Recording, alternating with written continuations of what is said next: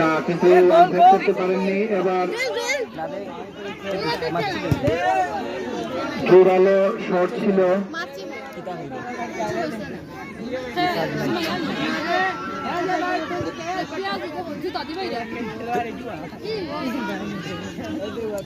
আপনারা দৃষ্টি করে পুরা কপাল লই আইছে ওরে জাম দিছি রে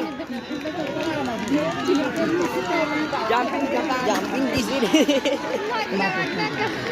উড়াই নিয়ে বেরোতে मुझे भी नहीं पता বেশি নাই একটা গোল সুপ্রিয় ক্রীড়ামন্ত্রী ভাইরা, আপনারা জানেন যে 3টি কর্নার পেয়েছে এই পর্যন্ত।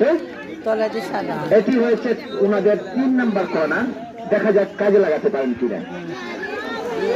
কিন্তু না, সেখানে লাইন অতিক্রম করে গোলকিক নিচ্ছে সুপারস্টার স্পোর্টিং ক্লাব বাংলাটিলা।